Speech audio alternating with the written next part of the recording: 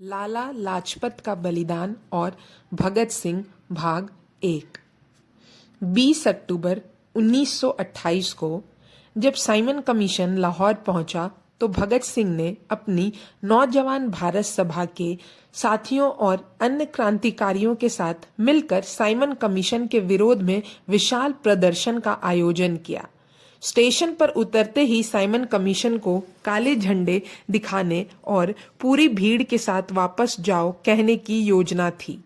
इस प्रदर्शन में सभी संगठन शामिल थे, परंतु इस आयोजन का नेतृत्व नौजवान भारत सभा के हाथों में था।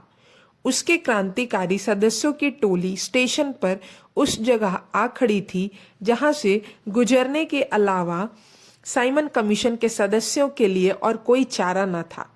भगत सिंह स्वयं लाला लाजपत राय के पास गए थे और उन्हें भीड़ के आगे रहने को राजी कराए थे।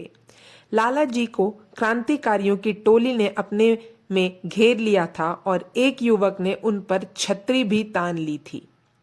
भीड़ बहुत थी और लाहौर से पुलिस सुपरिटेंडेंट मिस्टर स्कॉट अपने दूसरे अफसरों के साथ स्वयं स्टेशन पर थे। उन्होंने मौके का निरीक्षण कर तुरंत ताड़ लिया कि जब तक लालाजी और नौजवानों की यह टोली यहां से ना हटे, साइमन कमीशन की सदस्यों का प्रदर्शन की तेज बौछारों से नहीं बचाया जा सकता। अतः उन्होंने अपने विश्वसनीय assistant police superintendent mister Sanders को रास्ता साफ करने का काम सौंपा और आवश्यकता पड़ने पर लाठीचार्ज करने की बात भी कही। पहले जनता की भीड़ पर लाठी चलाई गई। समारोह में जोश के साथ इकट्ठा हो जाना एक बात है और विद्रोह में जोश के साथ जमे रहना दूसरी बात। जनता पहली स्थिति में थी। लाठीचार्ज से वह पीछे हटी, लौटी, बिखरी, इधर उधर हटकर जमी तथा रास्ता काफी खुला।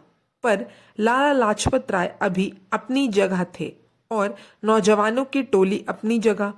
इसका अर्थ था कि प्रदर्शन का मोर्चा अभी ज्यों का त्यों कायम था और सरदार किशन सिंह एवं भगत सिंह उसे अपना सहयोग दे रहे थे। जब कमीशन का रास्ता नहीं मिला तो लाहौर का पुलिस सुपरिटेंडेंट स्कॉट बौखला गया। उसने अपने विश्वसनीय असिस्टेंट सुपरिटेंडेंट सैंडर्स को आदेश दिया कि भीड़ को मार मार कर पीछे धकेला जाए तथा अवरोध मार्ग में कमीशन के लिए मार्ग बनाया जाए।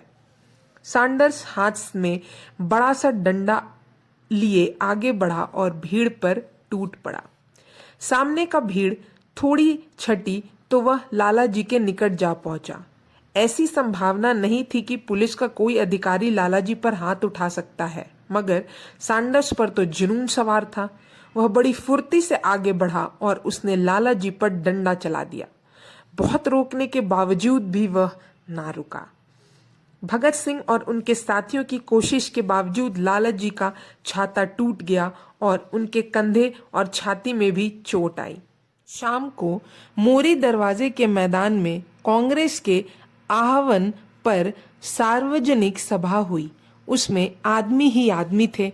लाला लाजपत राय भाषण कला के बादशाह थे, परंतु उस दिन तो वे और भी गर्मा कर बोले। पुलिस के अंग्रेज अफसर भी जलसे में थे, इसलिए उन्होंने अंग्रेजी में कहा, Bhagat Singh, I declare that the blood struck at me will be the last nails in the coffin of the British rule in India. मैं घोषणा करता हूं कि मुझ पर जो चोट पड़ी है वह भारत में अंग्रेजी राज के कफन की आखिरी कील साबित होगी। चोट शारीरिक भी थी और मानसिक भी, शायद मानसिक ज्यादा थी। उनके स्वाभिमान को इस चोट से बहुत ठेस पहुंची थी। एक पुलिस अफसर लाहौर में पंजाब केसरी पर खुलेआम डंडा चलाए, यह उनकी कल्पना से बाहर की बात थी। वे अब भी घूमते फिरते थे। कांग्रेस की मीटिंग में दिल्ली गए थे, वहां पंडित जवाहरलाल नेहरू से टकराए थे। लौटकर उन्होंने अपने अंग्रेजी साप्ताहिक पीपल में नेहरू के विचारों के विरोध में एक लेखमाला लिखनी शुरू की थी। इस लेखमाला का एक लेख छप भी गया था, मगर जब वे दूसरा लेख लिख रहे थे तब 17 नवंबर 1928 को उनकी मृत्यु हो गई।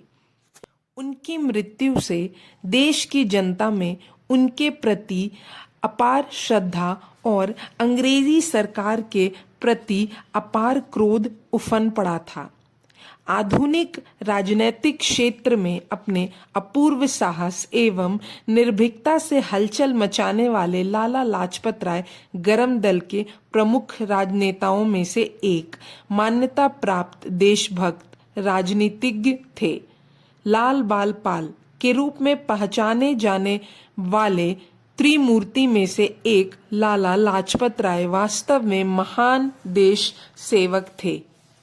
यहाँ हम लाला लाजपत राय के बारे में भी थोड़ा बताना आवश्यक समझते हैं।